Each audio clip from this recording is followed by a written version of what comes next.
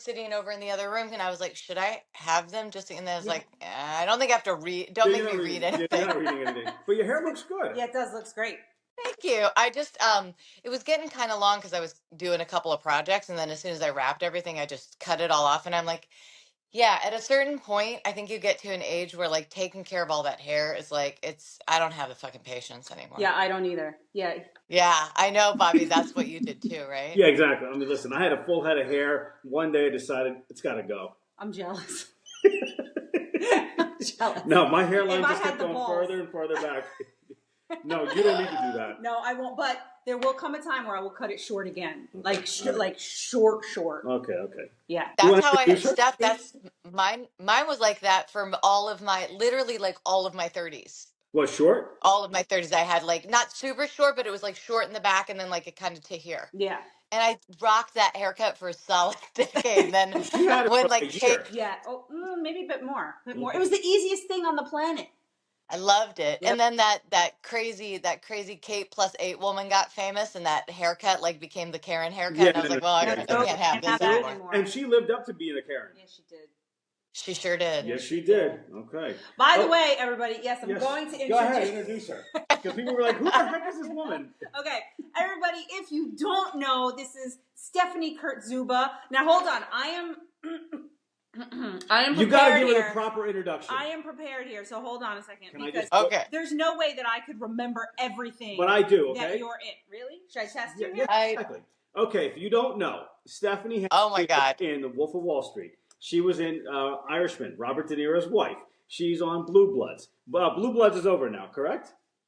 Yeah, there's a couple more episodes left to air, but then once it's done in like late December, that's it. No more. That's sad. You were on The Good Wife. You were on countless other things, and you have a new movie today. You were also in the Netflix movie last year. You were about the house. What was it called? Oh, that was in The Watcher. Yep. Ryan Murphy's The Watcher. And then I was in The Machine, which was the Burt Kreischer comedy that came out too. And Waco. Tulsa King. Yes. Tulsa King. And Tulsa King, of course. Hold on, wait, because there's more. Fly Me to the Moon, Blue de Chanel, Fish Out of Water, The Wastelanders, Wolverine, Blacklist, Pabst Manifesto, Parting Glass, Dynasty, Station 19, Grey's Anatomy. Hold on, I had to click see more. Bad Education, Broken Symphony, Keep Going June. You mentioned The Good Fight. The Enemy Within, Fault, Mother Judger. That has me intrigued. Mother Judger? Yeah. So that has you Mother Judger. Hold on, there's more. Paper Cop, The Good Cops. Anyway, they get it. They get the point. But okay. I think people should appreciate it. And that's not it. Hold on, because she wasn't only acting. It's just because you guys, it just looks impressive because I've just been alive for a long time and doing this. Yeah, but you're our age. Well, she's closer to my age than your age. Okay, all right. Yeah, because you're only 42. He's a baby. You don't have to tell people. It's a baby. He's a baby. But you've been pretty busy. And then you got a new movie. Yeah, I've got a Christmas movie, which is was like one of the bucket list achievements. A dear friend of mine wrote and produced and got made her first big movie, and it was a Christmas film. And I was like, "There's no way I'm not going to be in this." Yeah, everybody loves Christmas. We love Christmas. So of course, we shot it on location in Waco, Texas, which there was a new one. Having been in the miniseries Waco, I'd never actually been to Waco because we filmed that in Santa Fe. So anyway, but Waco doesn't feel like it'd be a Christmassy town. It's since Chip and Joanna Gaines, those two from Magnolia, whatever, all of the home. They turned that whole town into that thing. They have. I mean, this place is unbelievable what they've done. I mean, just absolutely stunning. This whole, it's like a campus of shops. And yeah, exactly. I mean, they're raking in the money. They're printing it. I wish my last name was Gaines. Well, they're gaining money. So. Word. Yeah. No, so so the Christmas movie, but you had to play the part. I mean, you do perfect. She said, I mean. Okay. It's my stock and trade, you guys. I always say this. I am the nicest person who always plays the meanest people. Yeah, absolutely. I mean, in Wolf of Wall Street, you got to do the snap for me. Come on, you got to do the snap. There we there go. you go. Favorite part of Love it. Yeah, Kimmy, right? That's what it was. Kimmy, good old Nice. Kimmy Belzer, whose So- real name in real life was something else. And originally I was going to be named the actual name of the broker. And then I'm sure there was some sort of legal, Yeah, they're like, we nope. can't do that. Yep. Well, yeah, I mean, they So. changed everybody's name except for Jordan's. They changed, I think, everybody's name. Well, they were, originally the script had the real names in it, but I think it definitely became a legal issue where they had to sort of make some modifications. But Of course, yeah, exactly. So I guess we'll do that for my life story too, right, Stephanie? yeah, to protect the not so innocent, Bobby. Yeah, exactly. Right. So what are you doing now? I mean, so after there was a Hollywood strike and everybody goes out of work, and then you come back like you're just busy. Thanks. I always appreciate that other people experience my life as like super busy, because on my end I'm always like, what else should I be doing? What else can I be doing? But That's intriguing.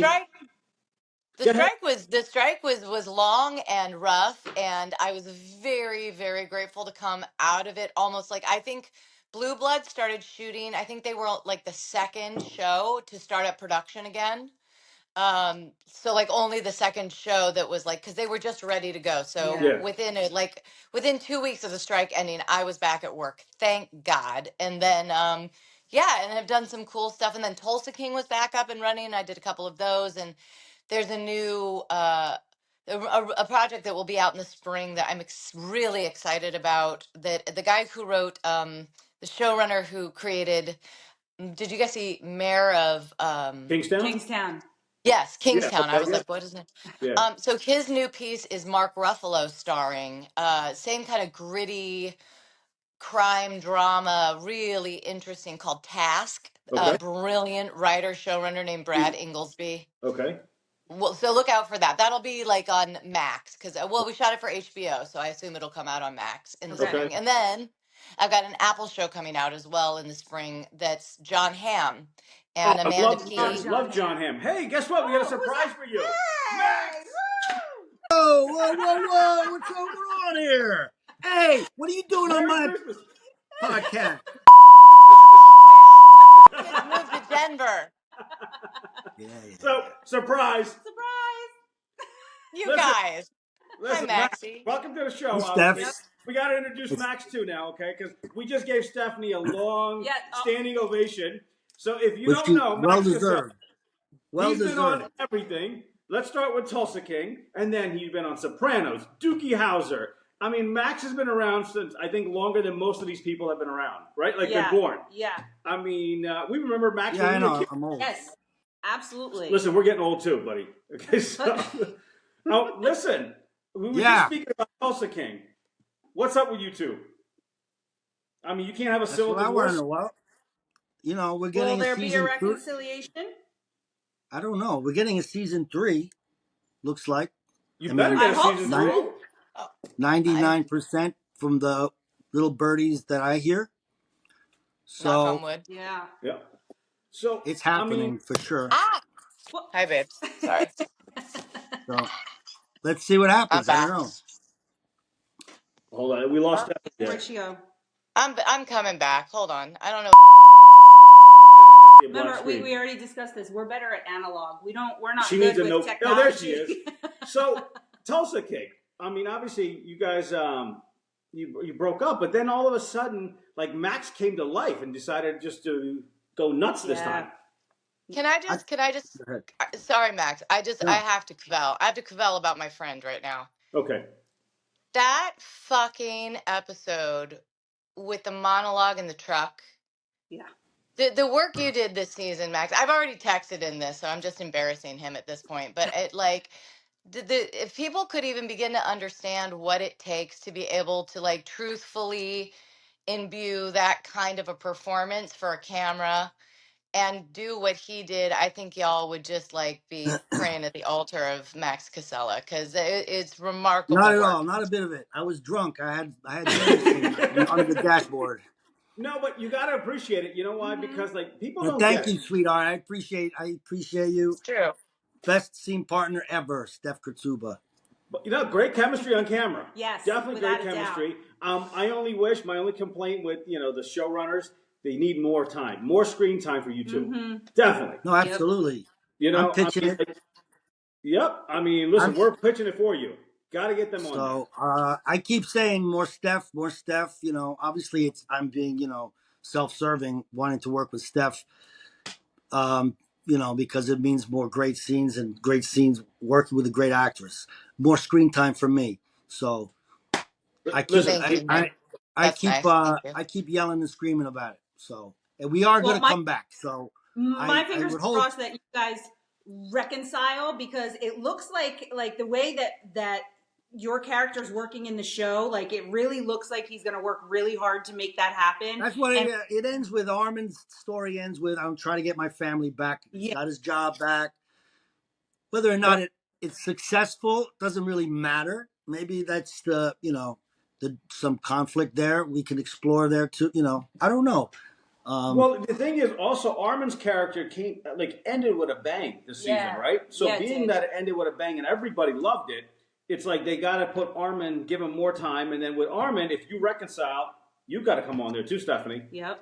Well, I just think it's really interesting the way that the brilliant writers have set up. Even if we don't see Clara a lot, and maybe this is by happenstance, but because they're such good writers, I'm sure it's not. She's kind of the moral. She's his moral true north. Compass. Yep. Compass. Yeah. I said true north, same idea. And he's really a man who's deeply tortured by this sort of he lived that life. He tried to get away from it. He's like had his foot in both worlds, like the legit world and the crime world. And he's just, he's such a sad, broken guy trying to figure out how to navigate that. I just think it's really interesting if they do explore the relationship further. Clara's not a shrinking violet. She stands toe to toe with people. So far, she's only stood toe to toe with him, but it would be interesting to see where she would go to protect her marriage in the face of Dwight. Technical difficulties. As you're saying that, I'm thinking like, okay, so as I was watching Clara through the season, part of me, probably because of everything we went through, I'm like, what the? You know what I mean? Like, this is it? You're going to give in with this? Stand by your man. Yeah, you got to stand. Like, this one stands by her man all the time. So no matter what. I understand, though, that, her kids come first. And it's very dangerous to have, me around the kids, because if I'm in this world, I could easily, someone could take a pass at me and it could hurt my children instead. So she's a mom first and foremost. Most women, I think, would probably take that tack, Yeah, listen, as much as I love my husband in real life, before I told him, I was like, you were a full-ass grown man when I met you. and you will survive without me. Mm-hmm. Don't ever get it twisted. The children come before you. In terms of like, if they need me, like he'll be fine. He'll be okay. Yep. Obviously. They need me. Obviously, yeah. I'm glad you feel that way, because that could have come out real wrong the way. No, that's the way it's supposed to. That's the way it's supposed to be. Yep. Right. So what's next for you? I mean, it's the holiday season now. Are you guys still filming anything? Or no, we haven't worked. I haven't had an audition since fucking July. I've been back from Atlanta since August 4th. I haven't worked. I haven't had an audition. I've been sitting on my fucking ass. Okay. And I'm at my wit's end. Okay. I'm at my wit's end over here. I'm sick too now. Oh. So everything's just like. So no, there's nothing going on. Nothing. It's been, honest to God, it's been so slow. I think I've had one audition. I wrapped my other show mid-August.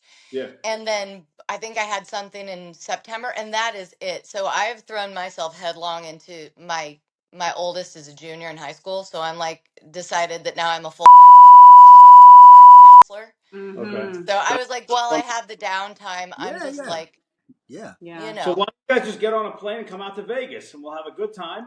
It's Stephanie's birthday next week anyway. Oh yeah, that's right. Happy birthday, Steph.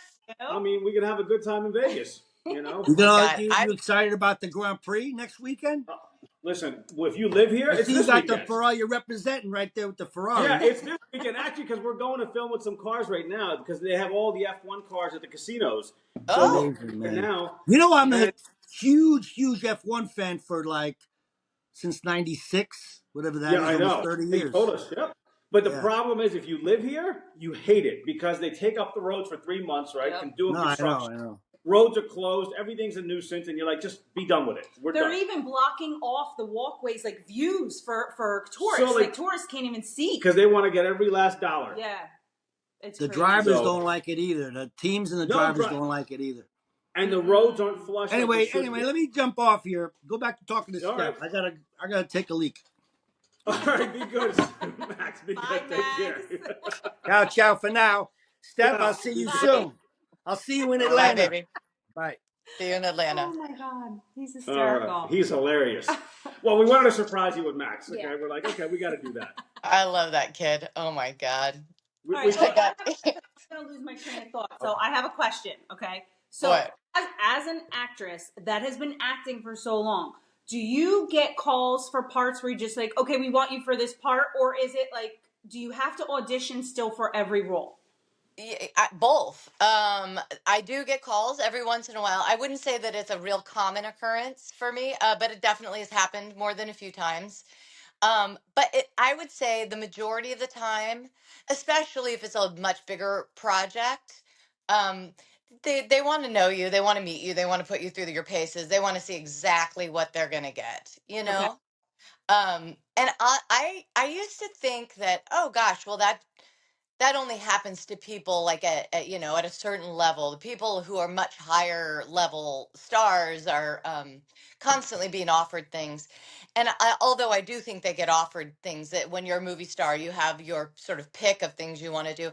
I was surprised to find that even when you are, Martin Scorsese, you are still you're still trying to get people to help you make your movie. Do you know what I mean? Exactly. So even the people who you would think all they have to do is speak the words and all of a sudden everything falls in line, it doesn't work that way. Yeah, it's crazy. It's a tough business. And now you have all these other big corporate, like, Amazon bought MGM and all these other big money companies. Like there's a lot of Chinese money coming into Hollywood. Oh. And Netflix has basically become the king of the world. And they bought that huge army base in Jersey. So it's like, it's just getting too big. Yeah, Fort Monmouth. And they've got, and they've got studios all over the world. They just built, like a few years ago, when I filmed The Watcher, we filmed it on their brand new stages in Brooklyn. So they just, that was like, 2.5 years ago that they, built all of those. So they are...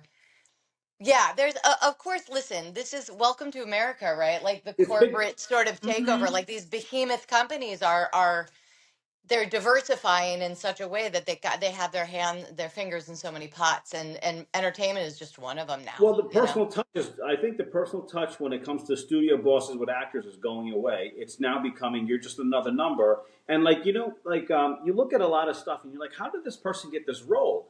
And I feel like a lot of studios look at this person like, well, how active is this person on social media? Well, he's got 3 million followers. We're going to give him the role over somebody that's actually good. I haven't come across that in my career thus far because I think, well, frankly, because I'm too old. Like if I were 23 and coming up and trying to do what I do, it's a completely different game. And all of that stuff does impact. I definitely have heard from casting director friends of mine. Yeah, studios take into consideration followers. Yeah. And it's the way of the world. I can't sit here and rage against the wind. Do you know what I mean? It's just it's not how I came up. So it feels foreign and wrong to me. But at the end of the day, I hate to say it, guys, everything's a money-making business. Of course it is.